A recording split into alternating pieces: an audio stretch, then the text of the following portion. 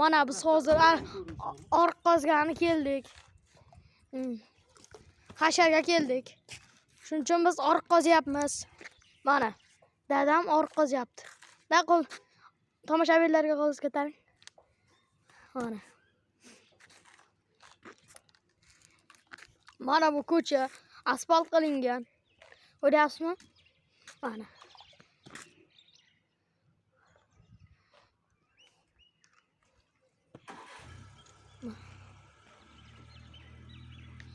Endi bu yoqdan kran o'tkazgan. Nima desam bo'lar ekan?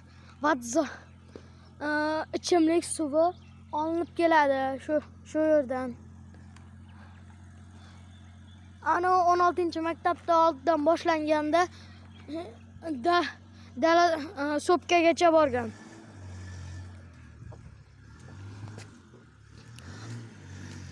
Biz bir bel qozishimiz kerak. Ko'ryapsizmi?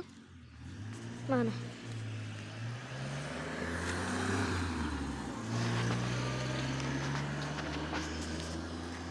Qish bo'yi bizda hozir Angor tumani Surxondaryo viloyatida olib boshladik. Shuning uchun bizda qish suvlar kam kelyapti. Ko'rishingiz mumkin.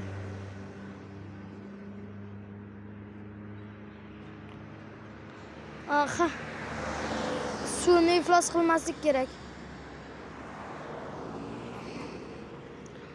Suvga hamma odamlar chiqindi tashlashadi. Suv obi hayot, havo manbaidir.